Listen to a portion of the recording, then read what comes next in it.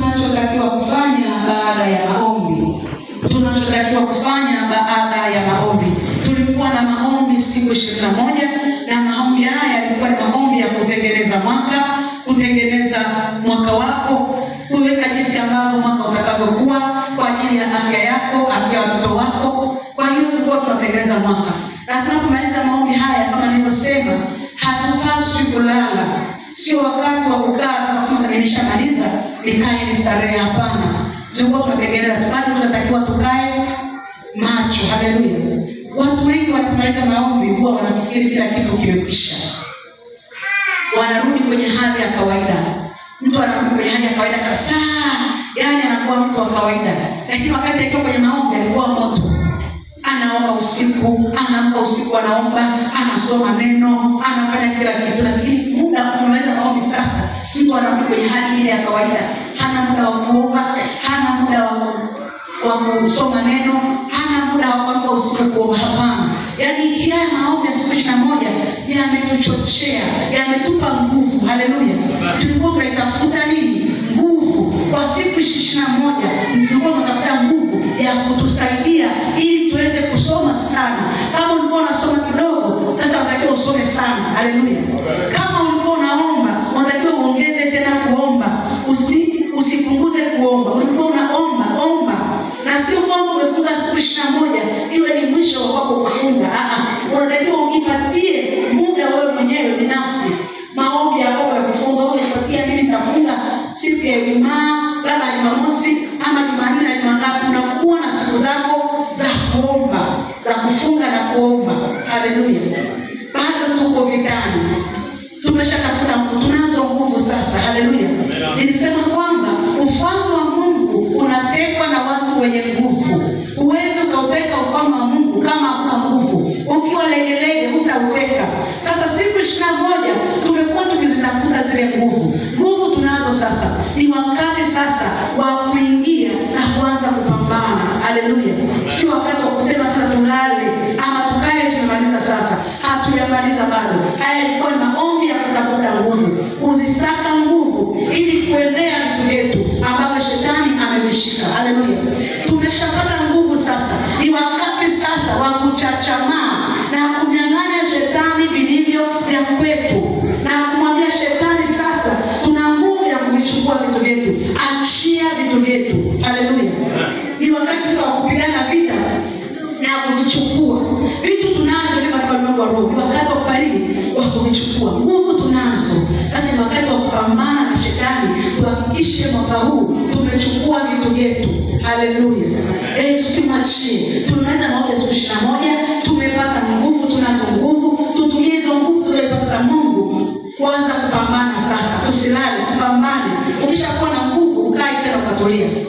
Ukishakuwa na nguvu, unaanza sasa kupambana. Unaanza kuingia kwenye pambano. Wale watu wanaokuwa wanakwenda kwenye pambano huwa wana siku nyingi za kufanya nini? Wana siku nyingi za mazoezi. Ili siku 21 ilikuwa ni siku za mazoezi, kutafuta kutengeneza miili yetu na vizuri, kutengeneza ukiroho wetu, mwili wetu wa roho ndani, kujitengeneza ile mtu wa ndani akae vizuri. Maana kama hana nguvu hawezi kupambana. Kwa hiyo ameshapata nguvu, sasa ni wakati wake wa kupambana, kwenda kuchukua kile ambacho tunakitaka. Unataka afya, ni wakati wako wa kwenda kuchukua afya yako. Unataka Mungu akuinue, ni wakati wa kwenda kuchukua baraka zako. Unataka biashara, ni wakati wa kwenda kuchukua baraka. Unataka mtoto, ni wakati wa kwenda kuchukua mtoto wako. Sasa uingie sasa kwenye ulingo, ukapambane uchukue. Haleluya. Sio wakati wa kulala. Na pia watu wanapoingia kwenye maombi, mara nyingi wanataka wajibiwe hapo hapo. Mtu anapoingia maombi ya siku 21, anataka atoke kwenye maombi ya siku 21 atoke na majibu yote. Kuna wengine pia wanajibiwa hapo hapo siku 21, anatoka na majibu yake. Lakini kuna wengine majibu yanakuwa bado hajapata. Tukiangalia kile kitabu cha Danieli 10:12, kitabu cha Danieli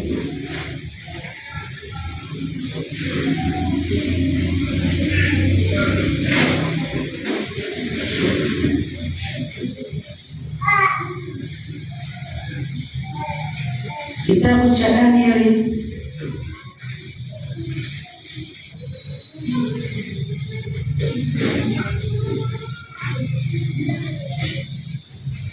Danieli 10:11 mpaka 12 nasema, akaniambia, Danieli, mtu upendaye sana yafahamu maneno nikwambiayo, ukasimame kiwima wima, maana kwako nimetumwa sasa.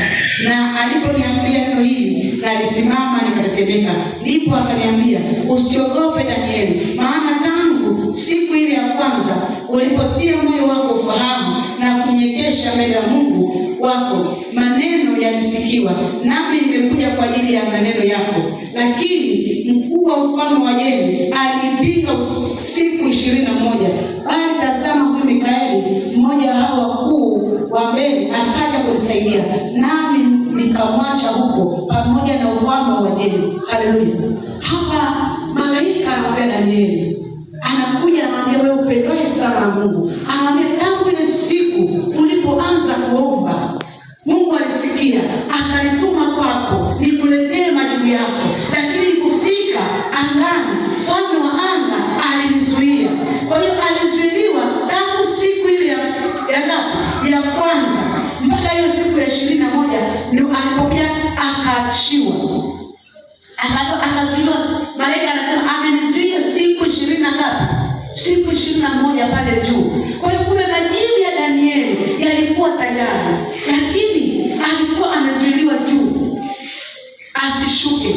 Mungu ameshakata roho, majibu yameshaonekana. Haleluya! Tumeomba siku 21 katika ulimwengu wa roho, majibu tayari yameshaonekana katika ulimwengu wa roho, katika ulimwengu wa roho. Sasa ni wakati wa kupambana kuyachukua katika ulimwengu wa roho, kuyaleta. Tunaona Danieli angeomba ile siku moja akaacha, asingeweza kupokea majibu yake, kwa sababu jinsi alivyoendelea kuomba, akaendelea kuomba, ndivyo ambavyo malaika aliweza kupambana na ile ndani ya ufalme wa Uajemi pale juu, alafu ile malaika akaachiwa ili kuleta majibu yake.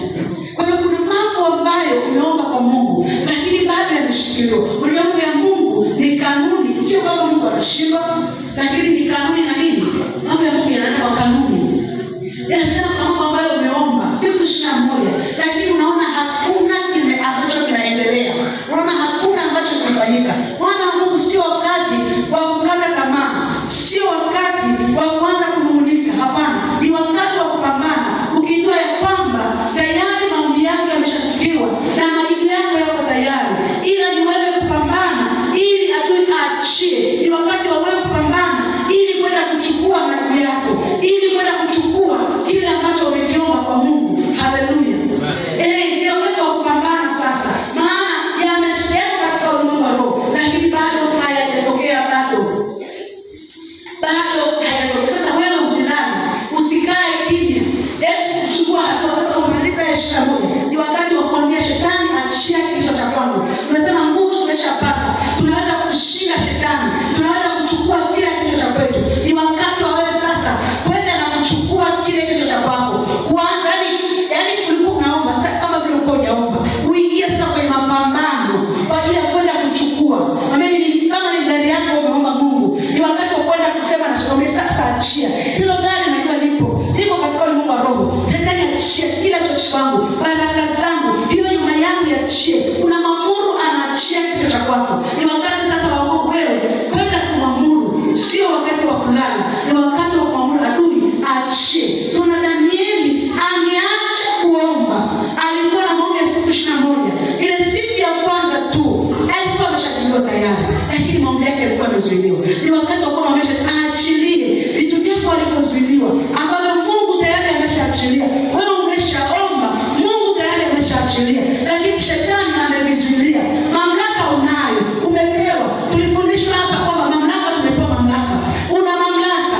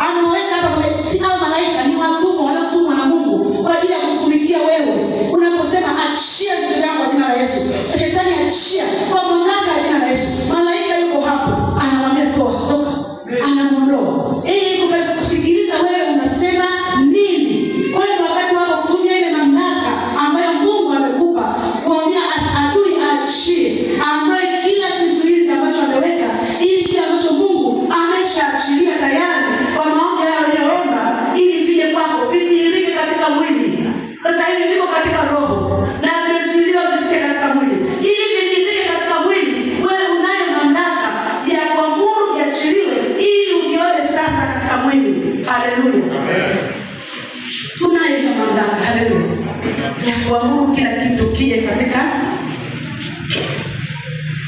Bwana Yesu asifiwe. Tunaona kuna mambo matatu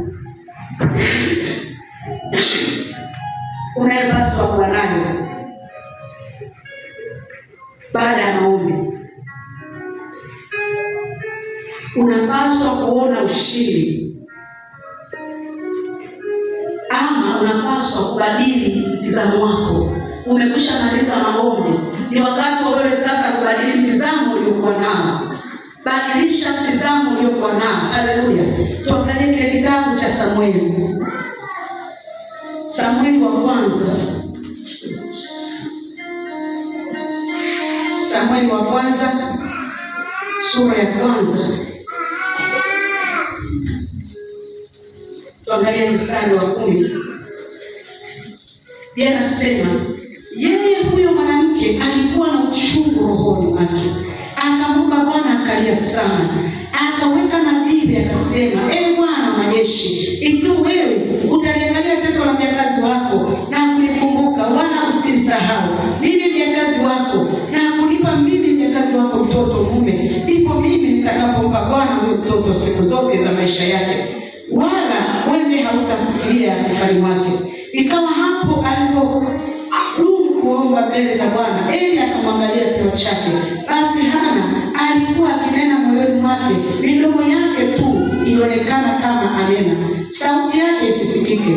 Kwa hiyo Eli alimdhania kuwa amelewa. Ndipo Eli akamwambia, je, utakuwa mlevi hata lini? Achilia mbali divai yako. Hana akajibu akasema, hasha bwana wangu, mimi mwanamke mwenye roho ya huzuni, mimi sikunywa divai wala kileo, ila nimemimina roho yangu mbele za Bwana.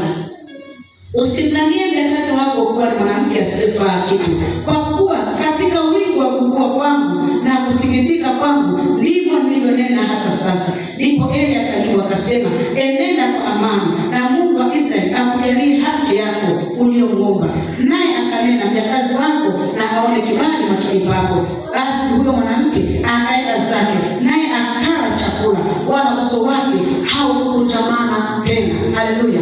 Tunamwona Ana wakati anaingia kwenye maombi, aliingia kwenye maombi akiwa na uchungu, akiwa na huzuni, akiwa analia, aliomboleza mpaka Eli akamwangalia akaona mwanamke amelewa. Sio kawaida.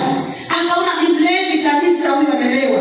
Akaona amelewa, akamwambia, wewe mwanamke, utalewa mpaka lini? Utakuwa mlevi mpaka lini? Hana hakuwa amelewa. Alikuwa ana maombolezo. Alikuwa analia, akimtaka Bwana ampe mtoto. Lakini alionekana mlevi kwa sababu alikuwa ana huzuni. Alikuwa yeye amesherehekea, yani amejikatia tamaa. Yaani alikuwa, lakini tunaona baada ya maombi, ombi lake lilikuwa limejibiwa.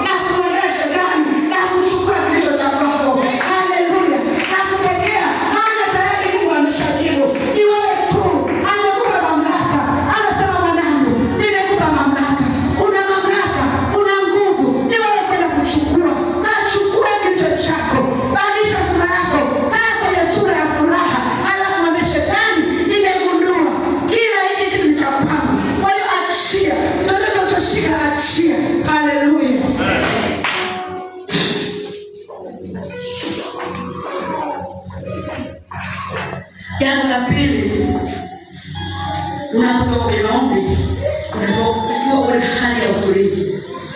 Hali ya utulivu. Uwe katika utulivu. Haleluya. Unatakiwa uwe na utulivu. Tunaangalia Isaya 30:15. Isaya 30:15. Isaya 30:15. Biblia inasema, kwa maana Bwana Mungu mtakatifu wa Israeli asema hivi, kwa kurudi na kustarehe mtaokolewa. Nguvu zenu zitakuwa katika kutulia na kumtumaini, lakini hamkukubali. Nguvu zetu ziko katika kutulia. Ziko katika kutulia. Mwana wa Mungu, unapaswa umemaliza maombi, ni wakati wako wa kukaa na kutulia. Kukaa na kutulia ndipo kuliko na hekima. Usifanye mambo kwa kurupuka. Usifanye mambo kwa kuongozwa na mhemko. Unaona mambo hayajawa, unafanya kwa kutulia. Utulie. Katika kutulia ndipo kuna hekima. Unapotulia unapata hekima ya Mungu kwamba nifanye nini. Umemaliza maombi sasa. Kaa utulie. Msikilize Mungu, ngoje Bwana. Sikikaa na kutulia ndipo Mungu akasema na wewe. Ukiwa katika utulivu ndipo Mungu akasema na wewe. Lakini ukiwa katika mahangaiko, yaani sasa unaweza maombi, kuna muda wa kukaa na Mungu, kuna muda unarudi kule ulikotoka. Ulikuwa ni muda mwingi unakaa kwenye magenge ya watu, wanazungumza mambo ambayo hayafai, na wewe unakuja kule, unatulia, unaenda kule biashara gani hapa. Muda huu umemaliza maombi, ni wakati sasa wa kumsubiri Bwana. Unajua Bwana anasema nini na wewe. Kwa hiyo unatakiwa ukae kwa kutulia. Usiwe kwa kuchukua maamuzi haraka. Kuna mambo yanaweza yakatokea, ukaamua kuchukua maamuzi haraka. Hapana.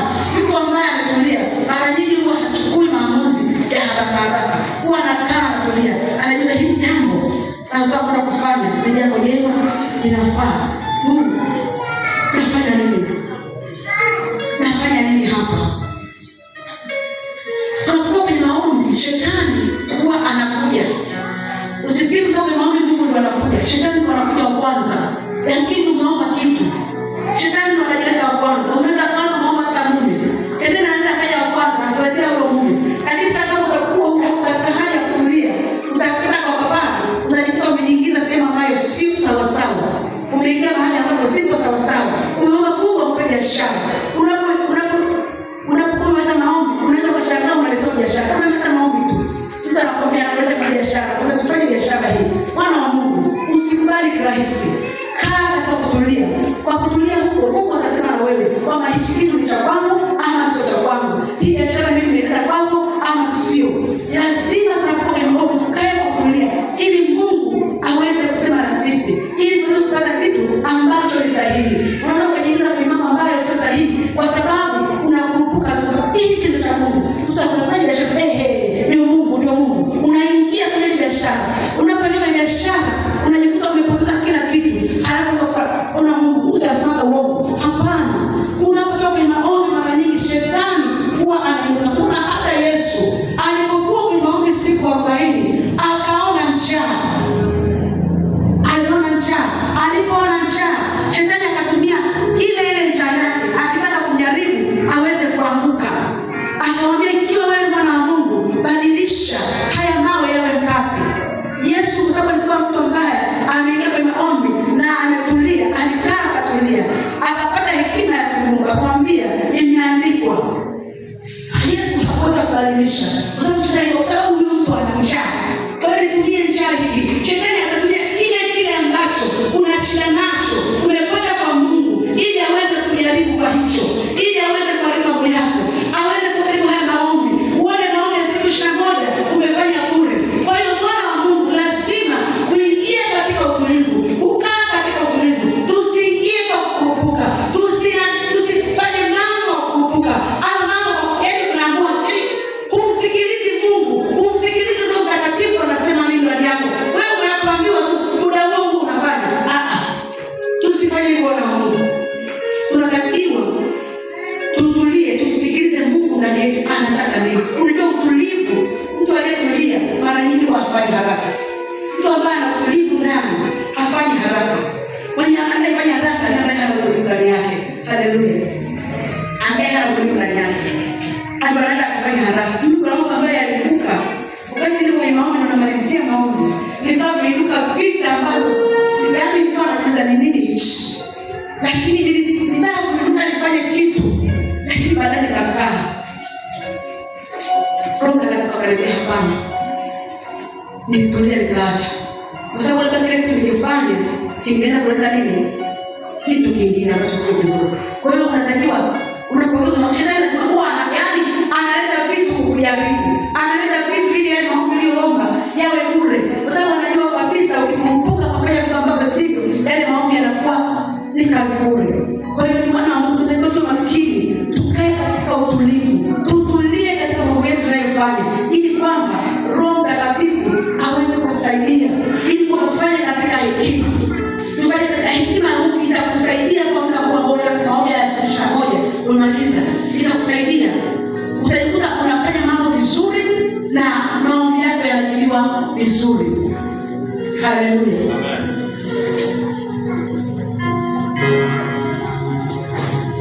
Ni kama nilivyosema, usipokuwa na utulivu, unapokuwa kwenye maombi, kuna mambo unaweza kukutana nayo. Wewe unaweza kukutana na mtu unakutana naye. Unamaliza tu maombi, unakutana na hayo mambo. Unapokutana na hayo mambo, lazima ukae kwenye utulivu ili uweze kuyashinda. Hutayashinda kama utakuwa mtu wa kutulia, kama utakuwa mtu wa kutafakari na kutulia na kuuliza Mungu nifanye nini. Kabla hujafanya, unatulia kwanza, unaanza kuuliza. Kabla hujafanya kile kitu, unatulia kwanza. Tulia, fanya kitu, umuulize Roho Mtakatifu. Usipende kwa kufanya kwa kuruka. Haleluya. Tukiangalia kile kitabu cha Mithali 27.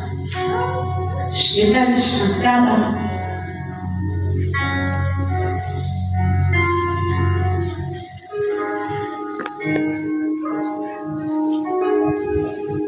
Mithali 27. 7b. Biblia inasema, bali nafsi yenye njaa huona kila kitu kichungu kuwa kitamu. Nafsi ya mtu mwenye njaa huwa inaona kitu kichungu kuwa ni kitamu. Hapa Biblia inamaanisha nini? Nafsi ya mtu ambaye anahitaji, hata kama kitu ni kibaya, mtu kama wewe ni mhitaji, unaona kitu ni kizuri. Mtu ambaye ana njaa, akipata chakula hapa hata kama ni kibaya, kwa sababu ile njaa alionayo huwa anataka chakula kitamu. Haleluya. Nishatoa mfano. Baba yangu kule fulani akaenda kijijini, alikuwa na njaa. Akapika ugali wa mtama. Alipika ugali wa mtama. Alikula sana ule ugali. Alikuja nyumbani akasema kuanzia leo tutakuwa tunakula ugali wa mtama hapa nyumbani. Akachukua mtama, akasaga mtama. Siku ya kwanza hakuna aliyeweza, hata yeye aliona ule mtama hakuweza ule ugali. Alishindwa. Nini? Njaa. Ilionyesha kwamba ule mtama ni nini? Ni mtamu. Kwa hiyo shida yako inaweza kuonyesha kwamba hichi kitu unachotaraji ni vizuri. Una shida ya mume, kwa sababu ya njaa ya mume, unaona huyu anafaa. Una muda wa kwenda kuomba, una muda wa kumuuliza Mungu, una muda wa kutulia. Biashara, una shida ya biashara, una shida ya pesa. Pesa unaziona hizi hapa. Unaletewa maneno, unaziona hizi pesa zimesogea nazo karibu nazo. Kwa hiyo unakubali kwa sababu ya njaa nini? Ya pesa. Yaani ukiwa na njaa kila kitu ni kitamu kwako. Ukipata kichungu utakiona kitamu. Kwa sababu ya nini? Ya njaa. Kwa hiyo tunataka tukae kwanza, tutafakari, tuangalie vizuri, tuone kwamba hichi kitu tunafaa, hakifai. Unakaa kama kutulia, ndipo utaona kwamba hichi kitu ni vizuri ama sio vizuri. Lakini ukitumia njaa yako, shida ulizo nazo, huwezi utajikuta unaingia kwenye shimo. Alafu unaanza kumlaumu Mungu. Hivi ndio Mungu anajibu, anaingiza kwenye shimo. Nimemwomba Mungu kaniletea, halafu nimeingia kwenye shimo. Hapana, umeingia mwenyewe. Mungu anataka kuingia kwa utaratibu. Haleluya. Mungu anapenda mtu kwa utaratibu, kwa kutulia. Mambo ya Mungu hayana papara. Mambo ya Mungu hayaingii kwa papara. Unapoliona jambo, lazima ukae kwanza. Umeomba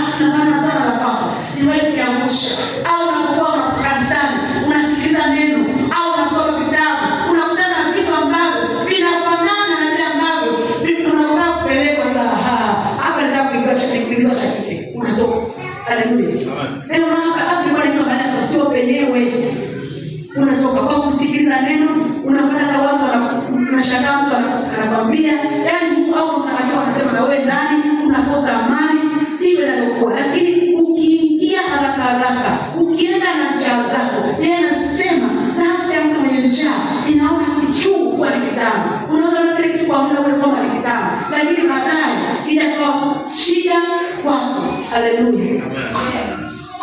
Jambo la tatu, tengeneza matarajio yako. Unatakiwa kutengeneza matarajio makubwa. Umemaliza maombi, tengeneza matarajio makubwa. Tarajia vitu vikubwa.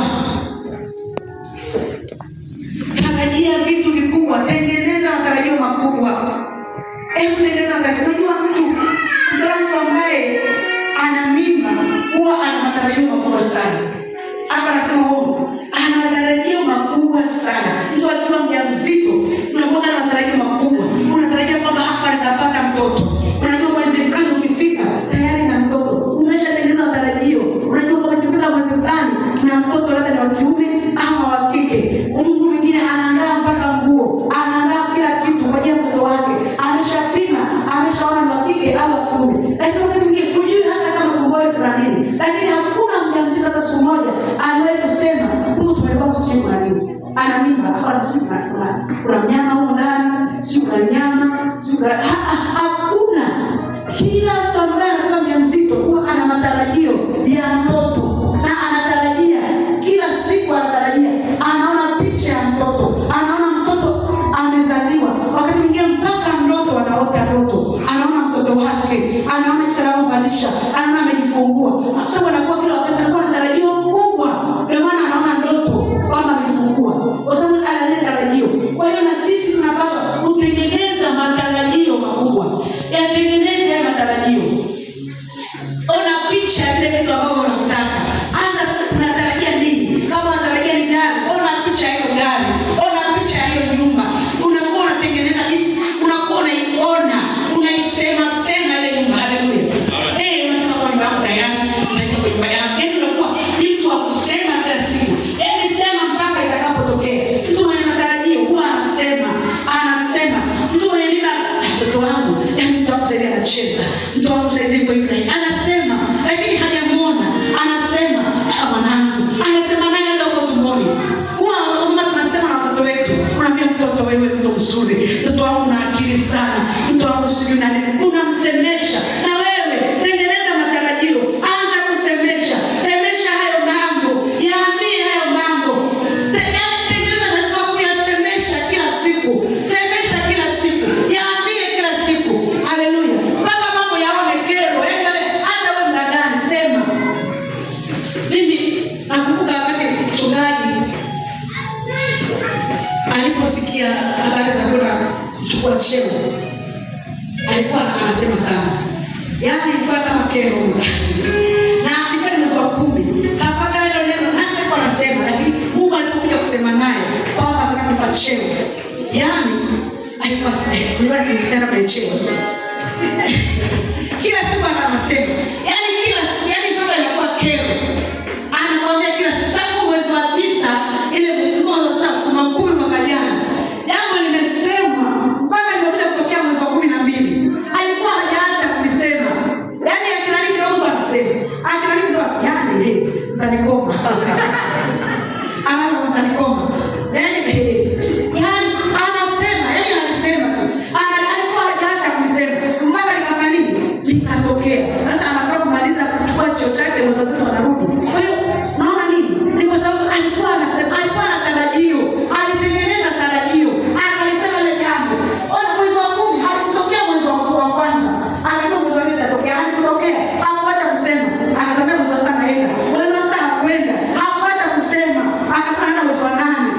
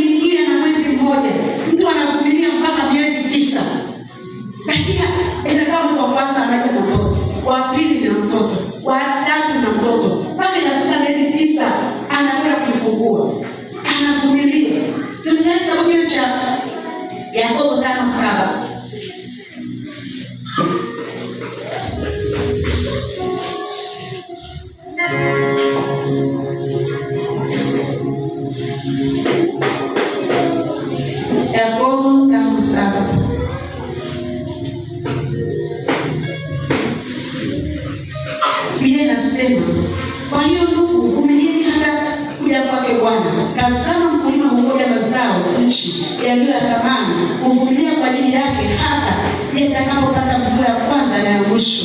Hapa tunaonyesha kwamba mfano wa mkulima. Mkulima anapoweka mbegu chini, ameweka chini, lakini anatarajia kuvuna. Atakwambia mwaka huu nitavuna magunia 100, lakini mbegu kaifukia chini. Amefikia kabisa, lakini anakwambia nitavuna magunia 100. Anaamini, ametengeneza matarajio yake.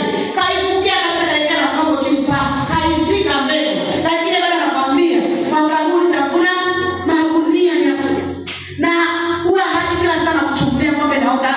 Anajua hii mbegu itaota. Ameshaweka matarajio yake, mbegu inaota na kwa hivi. Anajua itabeba. Hajui kwamba jua litatarajia mvua itanyesha hapana. Anakuwa ni mvumilivu. Anavumilia mpaka ile mpaka anakuja kuvuna. Na sisi lazima tuwe wavumilivu. Umeomba, tengeneza matarajio yako kwa kuvumilia. Kama nilivyosema, unasema mkulima haachi. Anakuwa kwamba labda mbegu zake labda zinakuwa na jua, anamoa anaweka nyingine. Anakuwa hachoki, anakuwa ni mvumilivu.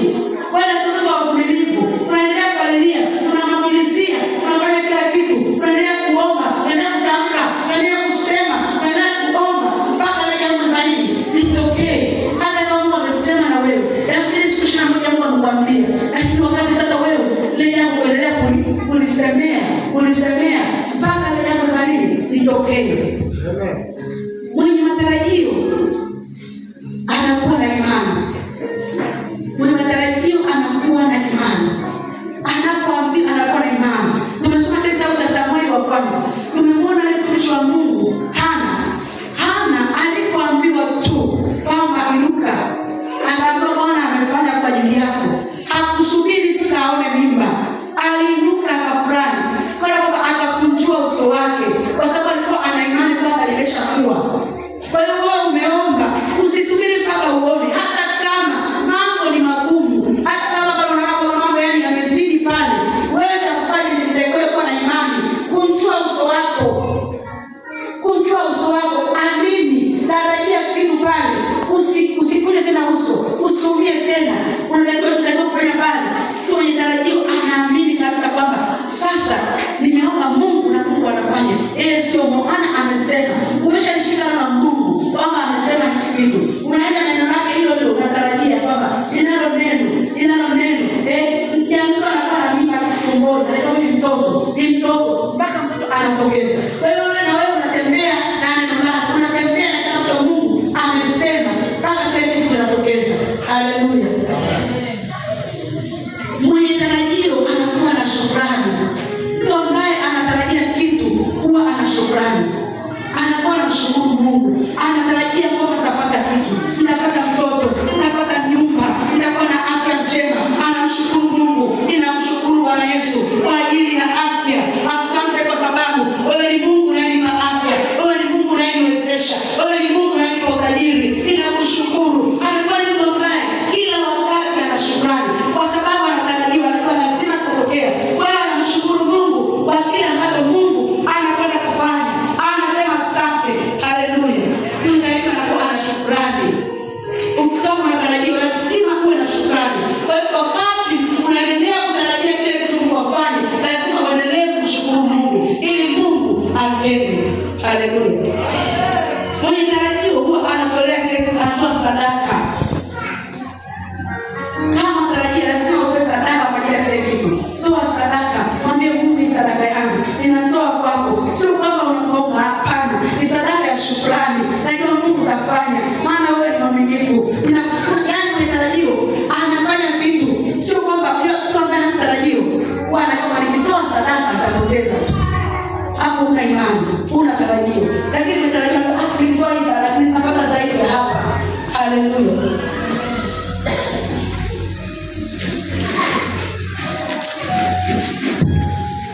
Mwenye tarajio hasemi vibaya. Ukiwa na tarajio unakuwa sio mtu wa kusema vibaya. Usemi vibaya. Mwenye tarajio hasemi vibaya. Mwenye tarajio siku zote anasema vizuri. Ukanaye yeye mtu kusema vizuri. Hana maneno ambayo ni hasi. Kila siku ni hasi. Maneno yake ni chanya. Kila siku anasema vizuri. mtu wa kukata tamaa. Kusema kwa kweli mwaka huu hiki tutakufa. Unaona hiyo nitakumaliza mwaka huu. Yaani ukanga unaokoka na unaomba Mungu kwa ajili ya mwaka, alafu unasema mwana mwaka angalia tutamalizika, hakuna mvua, tutamalizika. Na wewe unasema tutamalizika. Hivi muomba nini sasa? Hakuna ulicho mwenye tarajio hasemi vibaya. Hata kama watu watasema vibaya, lakini mwenye tarajio atasema vizuri. Hata kama hali ni mbaya, anasema kwamba hali ni nzuri. Wakati hali ni mbaya, anasema hali ni nzuri. Wakati mambo yanaenda vibaya, anasema mambo yanaenda vizuri. Siku zote hasemi vibaya, haongei vibaya kwa nani. Ukisema vibaya, yanakuja yale yale. Utakula matunda ya kinywa chako. Haleluya. Amen. Umesema kwamba hali ni ngumu, itakuwa ngumu kwako hata kama umeomba. Unasema sitapata, sitakwenda kufanikiwa kweli. Sisi kufanikiwa sioni. Hapo umetoka kuomba. Utakula haya matunda. Yaani kile unachokisema ndicho utakachokula. Kile unachokisema ndicho utakachokipata. Kwa hiyo hebu angalia zaidi. Unakuwa unazungumza nini? Unasema nini? Sema mambo mazuri. Mwambie Mungu akusaidie. Wewe unasema mambo mazuri. Juu ya kile ambacho umeomba Mungu. Unaomba Mungu juu ya kazi yako. Sema vizuri kazi yako. Hata kama unaona kazi yako inakwenda vibaya, iseme vizuri. Sasa najua tu kazi yako ni nzuri. Hii kazi yako ni nzuri. Unaomba Mungu juu ya huyo mume. Usianze kusema vibaya kwamba ni mwanaume nani? Sio na namna gani? Ili sikoje. Ile mwambie Mungu abadilishe. Umeshaomba siku 21. Mwambie Mungu abadilishe huyu baba. Ndio wakati sasa kusema vizuri yule mume. Kwamba huyu mume mzuri. Huyu Mungu amenipa huyu mwanaume. Ni mwanaume mzuri. Anadai unasema vizuri. Ili kwamba Mungu abadilishe kile unachosema. Mungu atabadilisha kwa maneno yako. Kwa maneno yako unaumba na kutengeneza. Sasa hivi umeshaomba. Sasa ni wakati wa kuumba na kutengeneza vile ulivyosema. Haleluya. Vile ulivyomwomba Mungu ni wakati sasa wa kuviumba na kuvitengeneza kwa maneno yako. Sasa kama unaomba Mungu halafu unaumba kwa maneno mabaya, utapata hayo unayotengeneza na kuumba. Haleluya. Wewe unaomba Mungu akupe biashara nzuri. Unaanza kuomba biashara mbaya. Yaani sasa biashara ni mbaya. Hakuna kitu kibaya kwa biashara sasa hivi. Yaani mbaya ni mbaya. Biashara haiendi. Biashara ni mbaya sasa. Kila siku wewe ni kulalamika. Kila siku wewe ni kusema, jamani biashara ni mbaya. Mimi sijawahi kuona mwaka mbaya kama huu. Yaani huu mwaka kama miaka yote mimi mwaka huu kwangu ndo mbaya. Sijawahi kuona mwaka mbaya kama huu. Umeomba Mungu, sasa unaanza kuumba. Unachokiumba, utapata biashara hivi mbaya.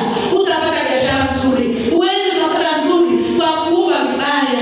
Sasa hivi unaomba. Ndio kwamba tuumbe sasa. Tuumbe pamoja kuja na Mungu. Unaanza kutengeneza. Vitengeneze vitu vizuri. Haleluya. Kwa maneno yako, kwa midomo yako, uviumbe na kutengeneze vitu vizuri. Bila utakapotengeneza, ndio utavipata. Kwa hiyo ukiona mwaka huu umepata vibaya, ndio umeumba vibaya wewe mwenyewe. Umevitengeneza vibaya. Maana mwaka wako sasa uanza kuumba kwa maneno yako.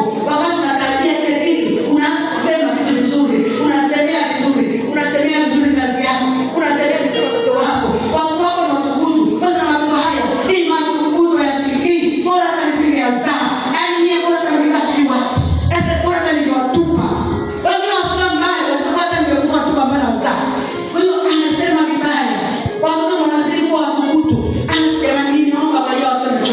Lakini yeye mwenyewe anaomba nini? Anasema nini juu ya wale watoto?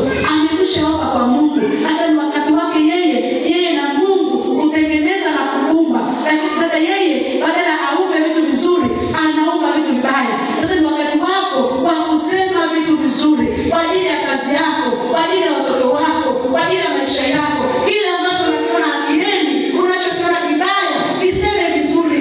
Hata kama ni kibaya sana, kiseme vizuri. Kitabadilishwa, kitaumbwa, kitafanywa upya. Haleluya. Yeye anaweza kufanya upya. Huwa anabadilisha kilicho kibaya kinakuwa kizuri. Kwa hiyo jinsi ambavyo unaendelea kusema, ndivyo unavyobadilisha. Kile kibaya kinakuwa kizuri. Ukiendelea kusema vibaya, kitaendelea kuwa mbaya zaidi. Utaendelea kutekeleza kitakuwa mbaya zaidi.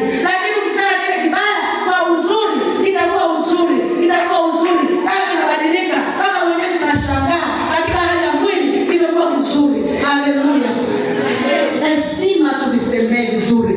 Umekwishaomba, ni wakati wako sasa kusema vizuri, kuvisemea hivyo vitu vizuri, tusivitemee vibaya. Haleluya, haleluya.